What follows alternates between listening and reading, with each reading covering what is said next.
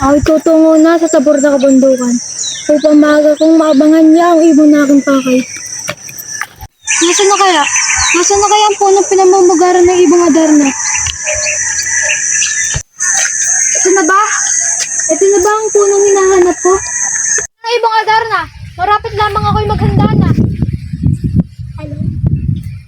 Kumakanta ng ibong Adarna. Dapat di ako matukso. Ibong Adarna, magbabas na! Marapit lamang ako'y umiwas. Ayan na, tulog na ang ibong Adarna. Dapat ko na siya mahuli. Huli ka! Ayun, nahuli ko ng ibong Adarna. Dapat ko na ito ibigay sa ermitanyo.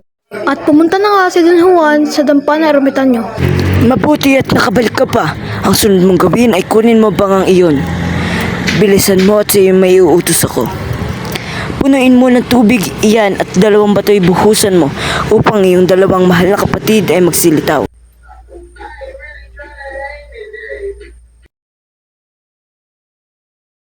Mga kapatid, tayo pumunta na sa bahay ng ermitanyo upang makuha na natin ang ibong Adarna at gumaling ang ating ama.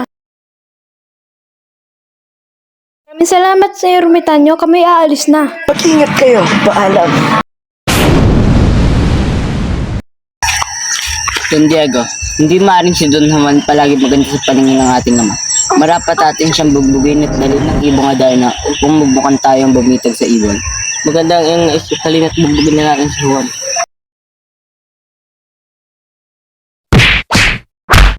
Hindi ko akalain pinagtaksilan ako ng aking mga kapatid. Sige, sa kanila na ang Adarna.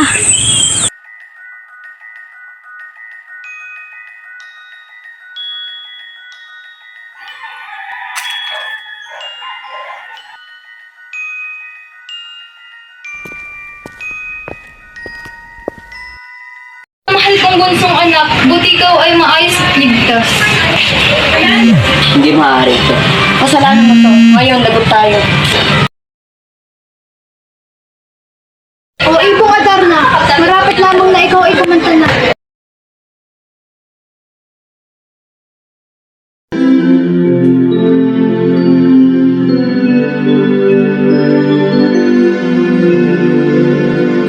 Ang iyong bunsong anak, nagtiis ng madlang hirap, kamatayan ay hinamak, sa utos mo ay tumupad. Yang mong dalawang inutusan nanganguna, kabiguan ng nakuha, kapwa naging bato sila. Sila nga'y binusan lamang ng tubig na merong lalang, nang mabasay ng buhay at sa bato'y nagsilitaw. Ang nagturo nitong tubig ay ermitanyong mabait, nahabag sa kahibig ng bunso mong inibig. Hari o kong alamin, si Don Juan nagtistig, alad niya ay hiwain ng gabing ako'y hulihin. Kusang ito'y tinis nang dahil sa kaniyang nais, nang taglay mo pong sakit ay huwag pang makalawin. Nang pawis silang tatlo dito po sa iyong reino, nagbilin ng ermitanyo, huwag nawang may sila'y maglino sa apoy ng kainggitan nitong anak mong panganay. Nagbuko ng kataksilan, napatayin si Don Juan.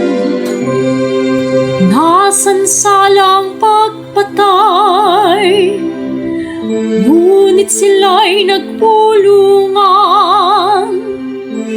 Nang malayo'y may kindatang babala ng kasawian. O kay lupit haring mahal, nang nayari sa kindatang, pagtakay pinagtulungan, umugin po si Don Juan. Kaya lamang tinigilay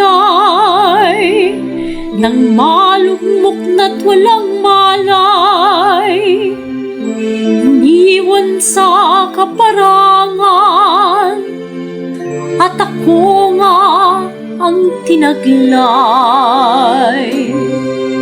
Sa habag ng buong Diyos, sa prinsipe ay tumulong ang isang ugot-ugot na matandang manggagamot. Sa himala po ng langit, tapos ang ilang saglit, si Don Juan'y nakatindi, malakas na't walang sakit. Sinapit ni Don Juan, tinamdam ko haring mahal, kaya nga po kayo na lang, yaring dusa't kalubayan. Yaman ngayon'y natalos mo, ang matapat at ang lilo, kay Don Juan o hari. Patawad ang mga hari. Narapat kayong parusahan. Umalis kayo sa aking harapan.